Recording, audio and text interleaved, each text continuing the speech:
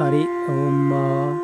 अथ द्वादशैर्ज्योतिर्लिङ्गानि सौराष्ट्रे सोमनाथं च श्रीशैले मल्लिकार्जुनम् उज्जयिन्यां महाकालम् ओङ्कारं ममलेश्वरम् परल्यां वैजनाथं च डाकिन्यां भीमशङ्करम् सेतुबन्धे तु रामेशं नागेशं दारुकावने वाराणस्यां तु विश्वेशं त्र्यम्बकं गौतमी तटे हिमालये तु केदारं कृष्णेशं शिवालये एतानि ज्योतिर्लिङ्गानि सायं प्रातः पठेन्नरः सप्तजन्मकृतं पापं स्मरेण विनश्यति इति द्वादशैर्ज्योतिर्लिङ्गानि।